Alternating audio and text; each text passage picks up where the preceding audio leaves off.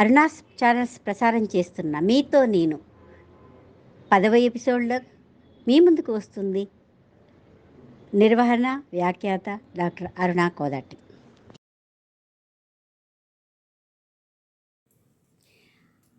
Aruna's channels ప్రేక్షకులకి వీక్షకులకి నమస్కారం.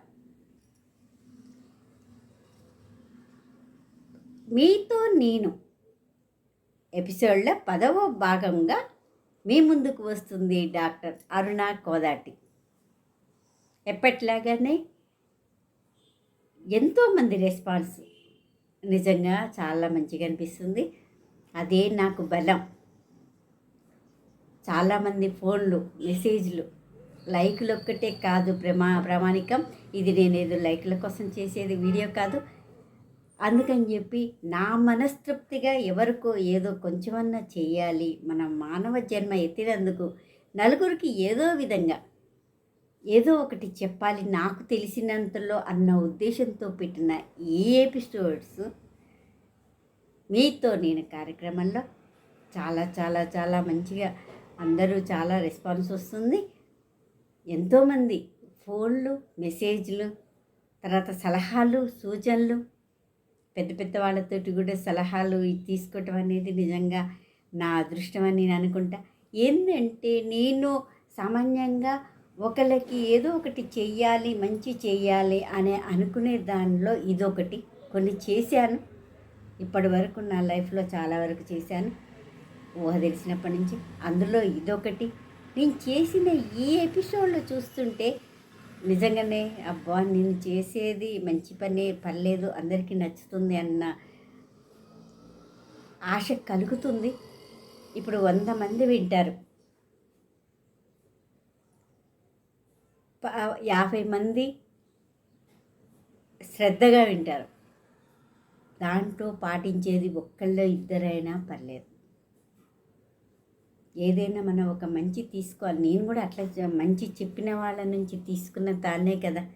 అందుకనే ఈరోజు మీ ముందుకు వచ్చి ధైర్యంగా ఏదో ఒకటి చెప్పగలుగుతున్నానంటే కారణం బుక్స్, తెలివిగల వాళ్ళు, ఎంతో విజ్ఞులనే వాళ్ళతోటి పరిచయాలు, వాళ్ళతోటి మాటలు, సంప్రదింపులు, వీటన్నిటి వల్లే ఈరోజు నేను అంతో ఇంతో నేర్చుకొని మీ ముందుకు వచ్చి వాళ్ళ చెప్పగలిగే స్టేజ్లో ఉన్నాను. అంటే మరి అలాగే ఇప్పుడు నేటి తరం ఉంది కదా, మన నేటి తరానికి కూడా 100 మంది చూసినాయి, 100 మంది కాదు 1000 మంది చూసి 100 మంది అట్లా స్క్రోల్ చేసుకుంటూ పోతూ 50 మంది శ్రద్ధగా విని కనీసం ఒక్కళ్ళైనా పాటిస్తే నిజంగా మనం ఏం చేసినా ఒక మంచి పనికి విలువనే ఉంటుంది.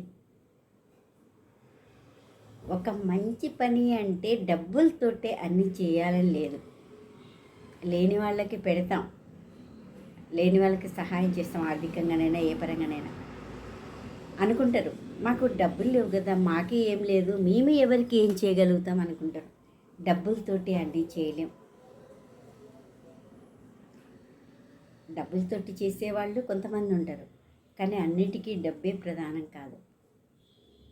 నోటి మాట ద్వారా మనం నవ్వుతూ పలకరిస్తే పోయేదేముంది? అది మనం కోట్లు డబ్బు వాళ్ళకి ఏదో లక్షలు ఇవ్వట్లే కదా మనం. అదేవిధంగా ఒక మంచి చేయాలనుకున్నప్పుడు ఏ మార్గంగానైనా చేయొచ్చు. ఒక మంచి మాట ద్వారా మనం ఏదో మనకు తెలిసిన దాంట్లో మనం చెప్పటం ద్వారా, సైకాలజీ అంటారు, ఇలా ఏ విధంగానైనా మనం ఒక మంచి చెయ్యాలనే సంకల్పం ఉండాలి. కానీ అందరికీ డబ్బులుండే మంచి పని చేయాలనుకోవటం అనేది కరెక్ట్ కాదు. అందుకని మనకున్నంతలో మనం ఏదో ఒకటి మనకు తెలిసినంతలో ఏ పరంగానైనా సహాయం చేయొచ్చు అనేది నా ఉద్దేశం. దాంతో మీరు ఏకీభవిస్తారని నేను అనుకుంటున్నాను. అందులో భాగంగానే ఇప్పుడు నేను 10 ఎపిసోడ్ల నుంచి ఎందుకు వచ్చిందో నాకు ఐడియా వచ్చింది. అదంతా నేనేదో కల్పితం కాదు. నిజం చెప్పాలంటే నేను ఇంట్లో పిల్లల ద్వారా చెప్తున్నా. అంటే పిల్లల ద్వారా అంటే నేను చేసి మా పిల్లలకు చూయించి, మా పిల్లలు ఒక లెవెల్కి వచ్చిన తర్వాత, ఒక ఆదర్శంగా తీర్చిదిద్దిన తర్వాతనే నేను మీకు చెప్తున్నాను. ఈరోజు ఇంత కాన్ఫిడెంట్గా చెప్తున్నానంటే అని 100% నేను సక్సెస్ అయ్యే మీ ముందుకు వచ్చి ఇలా చెప్పగలుగుతున్నాను. ఇక కొన్ని అనుభవాలు ఉంటాయి, కొన్ని బుక్స్ చదివే ఉంటాయి. మనం ఏదైనా ఒక పని చేయాలంటే మనం చేసి చూపించాలి. అదే నేను ఇన్నేళ్ళ లైఫ్లో చేసి చూపించాను, సక్సెస్ చేశాను. అందుకని చెప్పి నేను ఈరోజు నేటి తరానికి పనికొస్తుంది. అది మన వరకు. ఇప్పుడు నా వరకు నేను పైకి వస్తే గొప్పే ఉంది. ఏ పరంగానైనా నాతో పాటు నలుగురికి రావాలి అని నా ఆలోచన. అందుకని చెప్పి ఈ నేటి తరానికి కొంచెం అంతో ఇంతో చెప్పాలనే ఆలోచన కలిగింది. అందుకని చెప్పి నేను మీతో నేను కార్యక్రమంగా ముందుకు వచ్చాను. ఈరోజు 10వ ఎపిసోడ్ చాలా సంతోషంగా అనిపిస్తుంది. ఎందుకంటే అసలు స్టార్ట్ చేసినప్పుడు ఎవరికైనా జంక్ అనేది మామూలే, కానీ ఆ బిడియాన్ని, అనుమానాన్ని, భయాన్ని, ఒక విధమైన భయం నాది స్వీకరిస్తారో లేదో అని, కానీ అవన్నీ కొట్టి పారేస్తూ ఎంతోమంది అభిమానులను దగ్గరికి చేర్చుకుంటున్న మీతో నేను కార్యక్రమం నిజంగా నాకు చాలా చాలా ఈరోజు 10వ ఎపిసోడ్ జరుపుకుంటున్న సందర్భంగా పండుగలాగానే ఉంది. అది మీతో పంచుకోవాలని నేను అనుకున్నాను, అందుకనే పంచుకుంటున్నాను. ఏదైనా బాధ మనలోనే ఉంచుకోవాలి, సంతోషం నలుగురితో పంచుకోవాలి అనుకుంటాను. మరి నేను 10వ ఎపిసోడ్గా ఒక పండగలాగా చేసుకుంటున్న ఈరోజు నా ఆనందాన్ని మీతో పంచుకుంటూ మీ ముందుకు వస్తుంది డాక్టర్ అరుణ కోదాటి.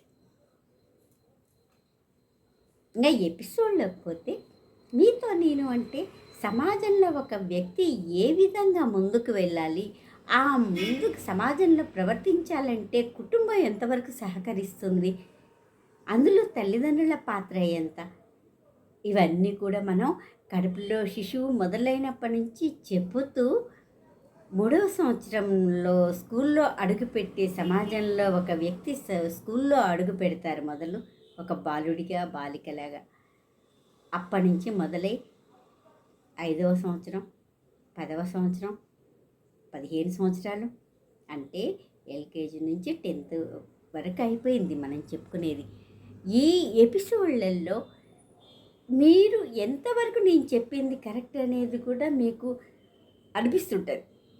నేను చెప్పినవన్నీ కరెక్టేనా కాదా, ఏమైనా కల్పితాలైతే నేనేమీ చెప్పలేదు. అన్నీ జరుగుతున్నాయి, న్యాచురల్వే జరుగుతున్నాయి. నేనేదో అన్నీ ప్రిపేర్ అయ్యి చెప్పింది కాదు. ఇవన్నీ అనుభవిస్తూ ఒక మాటలాగా మీతోటి సంప్రదింపుల్లాగా మాట్లాడుతున్నాను. అవన్నీ ఎంతవరకు నిజాలో మీ మనసులకే తెలుస్తుంది. ప్రతి ఇంట్లో అనుభవాలే పిల్లలతోటి, ప్రతి ఇంట్లో సమాజంలో అనుభవాలే. మరి ఇవన్నీ కూడా ఈ అనుభవాలన్నీ మీతో పంచుకుంటూ చెప్పా కదా ఇందాక, ఇంట్లో పిల్లలతోటి ఇంట గెలిచి రచ్చగెలవాలి ఏదైనా సరే. అదేవిధంగా నేను పిల్లల పెంపకం గురించి నేను అనుభవించింది, నేను చేసిందే మీకు చెప్పాను, అంతే. కొత్తగా చెప్పింది ఏం లేదు. అందుకని చెప్పి అది నేటి తరానికి, మనతో ఉండకూడదు అని చెప్పి నేటి తరానికి కూడా ముందుకు ఎంతో ఒక్కళ్ళే నేర్చుకున్నా చాలు. ఇప్పుడు పిల్లలు అంటున్నారు, పేరెంట్స్, అమ్మో పిల్లలు వినట్లేదు అనేది, పిల్లలు వినట్లేదు, అల్లరి చేస్తున్నారు అనేది నాటి నుండి నేటి వరకు ఉంది. మన ముందు కాలంలో ఉంది, మన కాలంలో ఉంది, నేటి తరంలో ఉంది. మంచిగా ఉండేవాళ్ళు మంచిగా ఉంటారు, మంచిగా లేని వాళ్ళు మంచిగా ఉండరు. పిల్లలు తల్లిదండ్రుల మాటలు వినేవాళ్ళు అప్పుడు విన్నారు, ఇప్పుడు ఉన్నారు. ఏదైనా మన చేతిల్లో ఉంది, మన పెంపకంలో ఉంది, మన మాటల్లో ఉంది, మనం చెప్పుకునే విధానంలో ఉంది. ఆ విధంగా చెప్పుకుంటూ మన పిల్లల రూపంలో సమాజంలో ఒక వ్యక్తిని పంపించటం అనేది మన ఇంటి నుంచే స్టార్ట్ అవుతుంది. ముందుగా తల్లి, తండ్రి, తర్వాత కుటుంబ వాతావరణం. అలా ఈ విధంగా 15 సంవత్సరాల వరకు, టీనేజ్ వరకు మనం చెప్పుకున్న ఎపిసోడ్లలో మీకు అన్నయ్య కరెక్టే అని నేను అనుకుంటున్నాను. ఎవరు మనసుకు కొంచెం తడుతుంటుంది, అవును కదా ఈ మేడం చెప్పింది కరెక్టే కదా అని. సరే, అఫ్కోర్స్ మంచి ఉంటుంది, చెడు ఉంటుంది. అందరిలో మంచి ఉండాలని లేదు, చెడు ఉండాలని లేదు. నాలో లోపాలు ఉంటాయి, మీలో లోపాలు ఉంటాయి, ఎవరిలోనైనా లోపాలు ఉంటాయి. ఆ లోపాలను సరిపుచ్చుకుంటూ, సరి చేసుకుంటూ మంచి మార్గంలో మనం వెళ్ళేదే జీవితం. ఆ జీవితాన్ని మనం పిల్లలకి ఇవ్వాలి. ఆ పిల్లల నుంచి సమాజంలో వ్యక్తిని పంపివ్వాలి. ఒక దేశ పౌరురాల్ని పంపించాలనేదే నా ఆరాటం. ఎంతసేపటికి మన కుటుంబం, మనం పిల్లలు, మనం అనుకుంటే కొన్నాళ్ళ తర్వాత పిల్లలు ఒక ఏజ్ వరకు తర్వాత 25 ఏళ్ళ వరకు బాగానే ఉంటుంది. 25 ఏళ్ళ తర్వాత పిల్లలు ఎవరి దారిన వాళ్ళు వెళ్ళి బాధ్యతగా వెళ్ళకపోతే, బాధ్యతకి సెటిల్ కాకపోతే పిల్లలు మనకు బరువైపోతారు. ఒక ఎవరు ఏ సర్కిల్ లేకపోతే ఎంతసేపటికి అమ్మ, నాన్న, పిల్లలు ఉంటే మాత్రము ఈ జరిగేది వాస్తవం ఇది. 25 ఏళ్ళ తర్వాత పిల్లలు మనకు బరువైపోతారు. ఒక ఏజ్ వచ్చిన తర్వాత 60 దాటిన తర్వాత తల్లిదండ్రుల పిల్లలకు బరువైపోతాం. ఎందుకంటే వాళ్ళకి బయట ఏం తెలియదు, ఎవరి సర్కిల్ తెలియదు. ఎంతసేపటికి వాళ్ళు నలుగురే ఉంటారు. ఎంతసేపు అని ఎదురుగా మొహం చూసుకుంటూ కూర్చోటం. అదే నలుగురిలో అలా కలుస్తుంటే మంచి మంచి ఉద్దేశంతో, మంచి స్నేహభావంతో కలుస్తుంటే ఇంట్లో కూడా ఆటోమేటిక్గా వచ్చేస్తుంది. అందుకని చెప్పి ప్రతి ఒక్కళ్ళు కూడా ఒక అమ్మ కానీ, నాన్న కానీ, పిల్లలు కానీ ఎవరైనా సరే ఎవరి సర్కిల్ వాళ్ళు ఏర్పరచుకోవాలి. మంచి సర్కిల్ అనేది వేరు, మంచి సర్కిల్ అనేది వేరు. మనం పెరిగే వాతావరణాన్ని బట్టి మనకు మంచి బుద్ధులు వస్తాయి. మనం మంచి బుద్ధులను బట్టి మంచి సర్కిల్ ఏర్పడుతుంది, మంచి ఫ్రెండ్స్ ఏర్పడతారు. ఆ మంచి ఫ్రెండ్స్ అనేది మన సర్కిల్ అయిపోతుంది. అలా మంచి అనేది ఒక ఏర్పాటు చేసుకొని మనం మంచి పౌరుల్లాగా మారవచ్చు. ఇప్పుడు చూడండి, మామూలుగా ఎన్నైనా చేయొచ్చు. ఈ ఆడవాళ్ళే కానీ, మగవాళ్ళే కానీ, పిల్లలే కానీ ఉన్న టైంని ఏ విధంగా ఒక గంట టైం ఉపయోగించుకున్నామంటే కొంతమంది సంగీతం వింటూ గడుపుతారు, కొంతమంది పుస్తకాలు వింటూ చదువుతూ గడుపుతారు, కొంతమంది పిచ్చి కబుర్లు చెప్పుకుంటూ వాళ్ళ గురించి వీళ్ళ గురించి కబుర్లు చెప్పుకుంటూ గడుపుతారు. ఒక టైంని ఏ విధంగానైనా గడపచ్చు. ఒక కొంచెం టైం ఉందనుకోండి, ఆ టైం ఉన్నప్పుడు మనం ఈ టైంని ఏ విధంగా సద్వినియోగపరచుకోవాలి. అప్పటి వరకు చదువు ఉండదనుకోండి, చదువుని డెవలప్ చేసుకోవచ్చు. డిగ్రీలు చదువుకోవటానికి ఏదైనా చదువుకోవటానికి నేర్చుకోవటానికి వయసు సంబంధం లేదు. చదువుకునే టైం లేకపోతే తర్వాత ఎప్పుడైనా రిలాక్స్ అయిన తర్వాత చదువుకోవచ్చు. అదే చదువుకు విధంగా గడుపుకోవచ్చు, చెడు స్నేహాల వల్ల గడుపుకోవచ్చు. ఆ కాసేపు ఆనందంగా ఉందాం, ఎంజాయ్ చేద్దాం. ఏమి ఎంజాయ్? ఆ ఎంజాయ్ ఏ పరంగా? ఆ ఎంజాయ్ అనేది మన లైఫ్లో సెటిల్ అయ్యేటట్టు ఉండాలి. ఆ కాసేపు ఎంజాయ్, ఆ గంట సేపు గడిచిన తర్వాత ఎంజాయ్ అనేది తప్పదు. అంటే ఇప్పుడు ఆ టైంని ఏ విధంగా సద్వినియోగపరచుకోవాలి, స్నేహాన్ని సర్కిల్ని ఏ విధంగా డెవలప్ చేసుకోవాలి, ఆ సర్కిల్ ఆ టైం కేటాయిస్తూ మనం ఏ విధంగా ముందుకెళ్ళాలనేది మన చేతిలోనే ఉంటుంది. అందుకని చెప్పి ఎంతసేపటికి ఇంట్లోనే కాకుండా కొంచెం చుట్టుపక్కల వాతావరణం, సమాజ పరిస్థితులు ఇవన్నీ అర్థం చేసుకుంటే ఇక మనం జీవితంలో బోరు కొట్టడం అనేది ఉండదు. కొంతమంది అంటారు 50 ఏళ్ళు లాగానే అబ్బా నాకు అయిపోయింది లైఫ్, పిల్లలు పెద్దవాళ్ళు అయిపోయినారు, ఇక చేసేది ఏం లేదు అంటారు. తప్పదు. ఆ టైంలో కూడా ఏదైనా చేయొచ్చు, మంచి కార్యక్రమాలు తను డెవలప్ చేసుకునే ఇది కూడా చేసుకోవచ్చు. ఈ విధంగా మనం చేస్తూ మన పిల్లలకు కూడా చెప్పొచ్చు. ఇప్పుడు సెలవులు వస్తాయి పిల్లలకి, అబ్బో సెలవులు వస్తే భయం అని అంటారు. కానీ భయం ఎందుకు? పిల్లలు ఎప్పుడు అల్లరి చేస్తారు, అబ్బో అల్లరి చేస్తారని వాళ్ళని ఇంట్లో భరించడం కష్టం అంటారు. మీ పిల్లల్ని మీరు ఒక 4 రోజులు గడపలేకపోతే, సండే ఒక్కరోజు కానీ, సాటర్డే సండే కానీ, ఏదైనా దసరా సంక్రాంతి సమ్మర్ హాలిడేస్లో కానీ మీ పిల్లల్ని మీరు భరించలేకపోతే స్కూలు పంపిస్తే, కోచింగ్ సెంటర్లో పంపిస్తే వాళ్ళు ఎట్లా భరిస్తారు అంతమంది పిల్లల్ని? అందుకని చెప్పి ఎప్పుడు గొడవ చేస్తారు వాళ్ళు? తోచనప్పుడు గొడవ చేస్తారు. మరి వాళ్ళకి తోచకుండా బోరు కొట్టే టైం మీరు ఎందుకు ఇవ్వాలి వాళ్ళకి? ఆ టైంలో ఏదైనా వాళ్ళతోటి ఆడొచ్చు. మనకు కూడా వయసుతో సంబంధం లేదు. పిల్లలతోటి మనం ఆడండి మంచిగా. పిల్లలతోటి ఆడుతుంటే వాళ్ళకి ఎంజాయ్గా ఉంటుంది, మనం కలిసిపోయినట్టు ఉంటుంది, మనకి మానసిక ఉత్సాహం వస్తుంది. పిల్లలతోటి ఆడండి అన్నీ. వాళ్ళకి ఏ ఇంట్రెస్ట్ ఆటలు ఉంటే ఆ ఆటలు ఆడండి. తర్వాత వాళ్ళతోటి ముచ్చట్లు చెప్పండి. వాళ్ళ మనసు తెరిచి మనం అడిగితే వాళ్ళల్లో ఎన్ని భావాలు ఉన్నాయో మనకు తెలవని విషయాలు కూడా చెప్తారు. ఒక 7-8 సంవత్సరాల పిల్లలు ఉన్నారంటే మనం మాట్లాడుతుంటే అసలు వీళ్ళకి ఇన్ని విషయాలు వీళ్ళకి ఎట్లా తెలుసు అనే ఆలోచన కూడా కలుగుతుంది. ఆశ్చర్యం కూడా కలుగుతుంది. అందుకని వాళ్ళతోటి మాట్లాడాలి. పిల్లలే కదా అని పక్కా పడేయద్దు. వాళ్ళతోటి మాట్లాడుతుంటేనే కదా వాళ్ళ భావాలు తెలిసేది. వాళ్ళతోటి మాట్లాడండి. అప్పుడు వాళ్ళకి బోరు కొట్టదు. బోరు కొట్టి అల్లరి చేయరు. అప్పుడు అమ్మో మన పిల్లలు మనకు బరువు అనే పరిస్థితి రాదు. అబ్బో సెలవులు ఎందుకు వచ్చినాయి అనే బాధ ఉండదు. ఆ తర్వాత ఎంతసేపు మన గొడవ మన మీదే కాకుండా కొంతమంది ఉంటారు అసలు పిల్లల్ని పట్టించుకోరు. ఎంతసేపు పెద్దవాళ్ళ ముచ్చట్లు, అమ్మలక్కల ముచ్చట్లు, వాళ్ళ ముచ్చట్లు, వీళ్ళ ముచ్చట్లు మనకెందుకు? మనకు ఫస్ట్ మన ఇంట్లో మనం డెవలప్ చేసుకోవాలి. మన పిల్లల్ని మనం బాగుపరుచుకోవాలి. మన ఇంట్లో భార్యాభర్తలు మనం చక్కగా ఉండాలి. అట్లా పనికొచ్చే ముచ్చట్లు పెట్టాలి. కానీ వాళ్ళ గురించి వీళ్ళ గురించి పిల్లల గురించి మాట్లాడితే మన టైం వేస్ట్ అవుతుంది, మన మైండ్ ఖరాబ్ అయిపోతుంది. దానివల్ల ఏం ఉపయోగం లేకపోగా పిల్లలు కూడా పాడైపోతారు.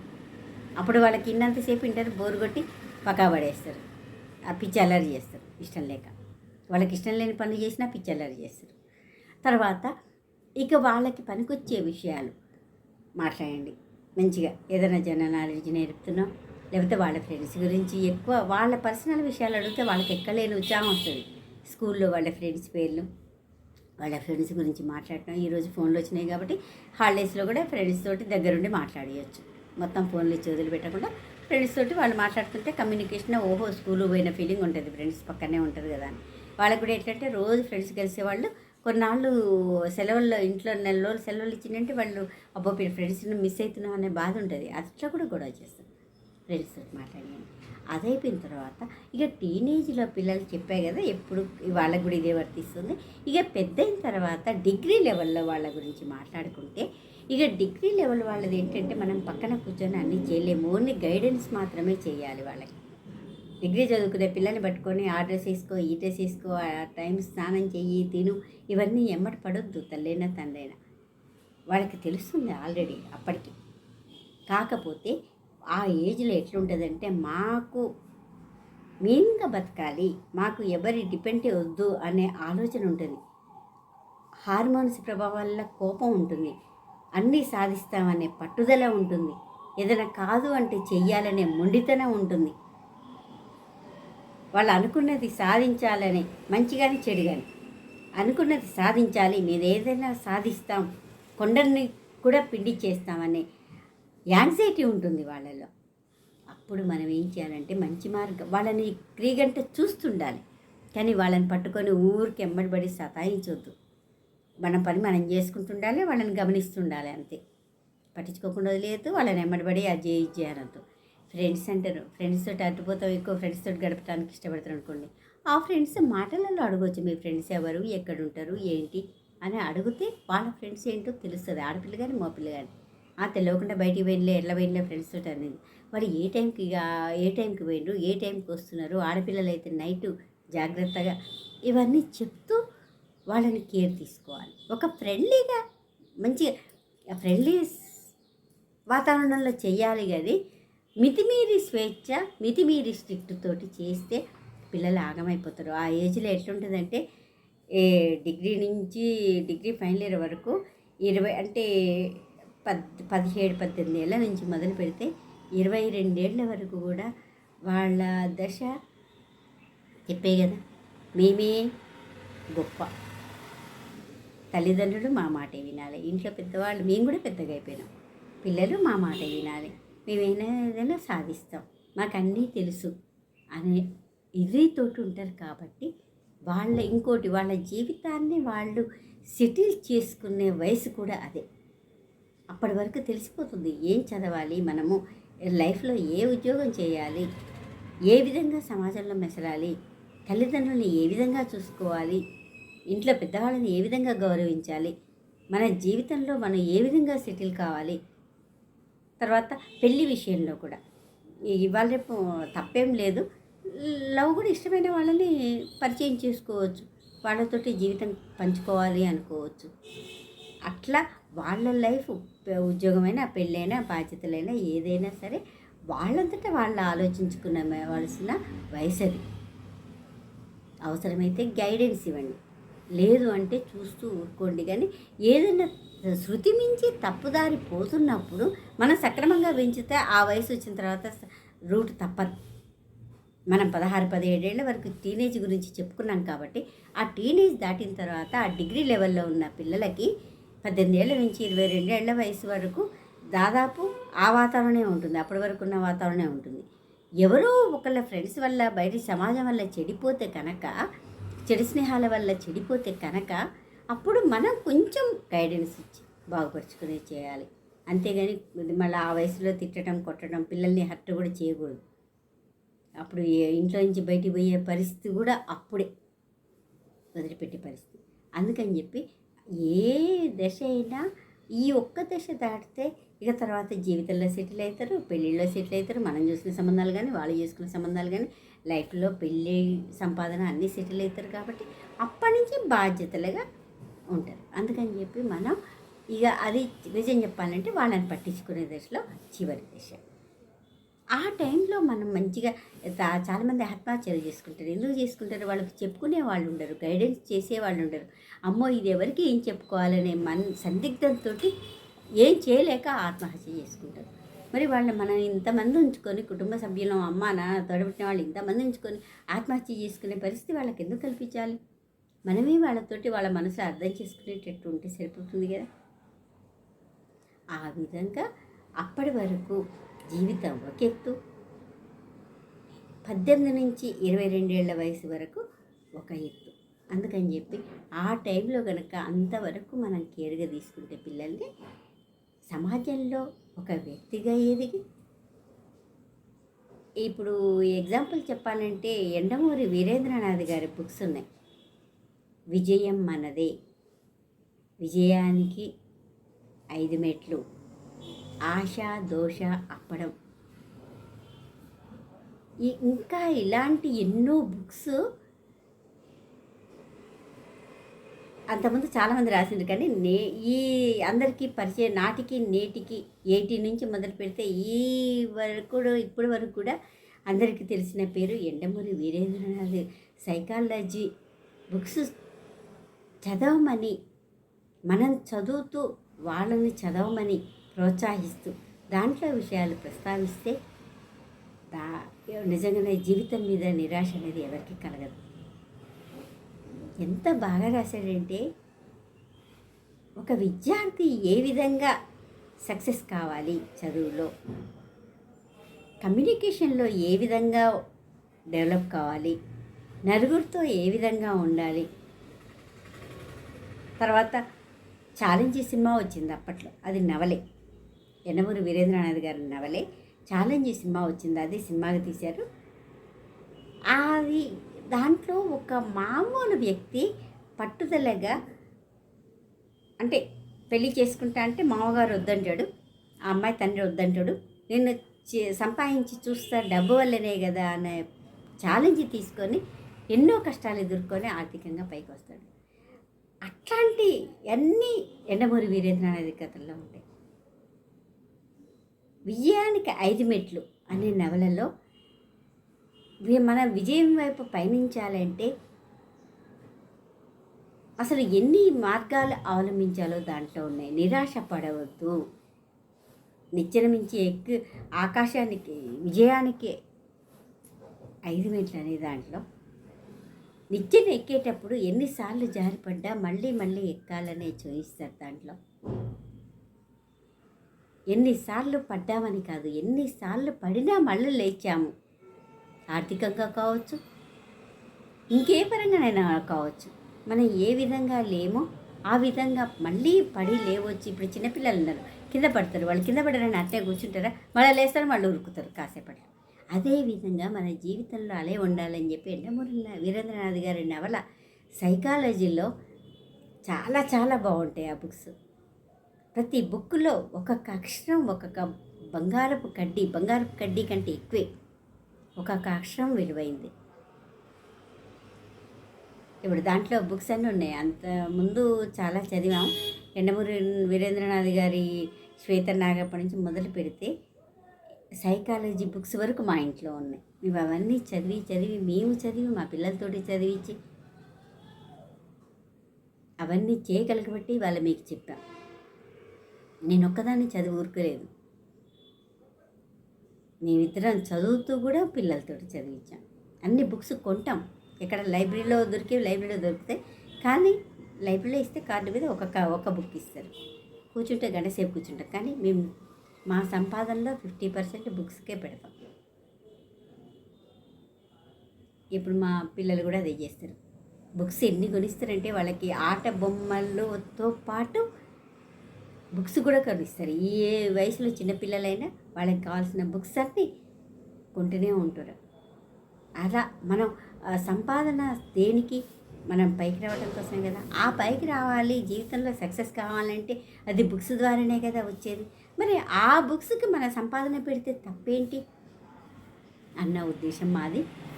ఇన్ని చదువుతూ ఇప్పటి వరకు ఈ దశ నెక్స్ట్ ఎపిసోడ్ నుంచి వేరే విధంగా మొదలు పెడతాం. ఇప్పటి వరకు సమాజంలో వ్యక్తిని పంపించాలంటే తల్లిదండ్రుల పాత్ర, ఇంటి పాత్ర, తర్వాత ఇంట్లో వాళ్ళ పాత్ర, ఈ చిన్నపిల్లలప్పటి నుంచి కట్టుబడ్డప్పటి నుంచి మొదలు పెడితే యువతరం వరకు మనం ఇవన్నీ చెప్పుకున్నాం. అందుకని చెప్పి ప్రతి ఒక్కళ్ళు కూడా వినాలని లేదు, వినండి. మీ అభిప్రాయాలను చెప్తే చాలు. ఇంతమందిలో 1000 మంది చూస్తారు. ఇప్పుడు యూట్యూబ్ ఛానల్ పోయిందంటే 1000 మంది లక్షలలో ముందుకు పోతుంది. మరి వాళ్ళలో ఒక్కళ్ళు ఆచరిస్తారని, ఆచరించండి. ఫోన్లు ఎందుకు చూస్తారు? ఇంత మంచి ఎంత బాగా చెప్తారు, ఎంతమంది అడుగుతుంటారు. ఇంకా నేటి తరం కోసం మెయిన్గా చేస్తున్న ఈ ఎపిసోడ్లు ఆదరిస్తారని కోరుకుంటూ సెలవు. మీ అరుణ.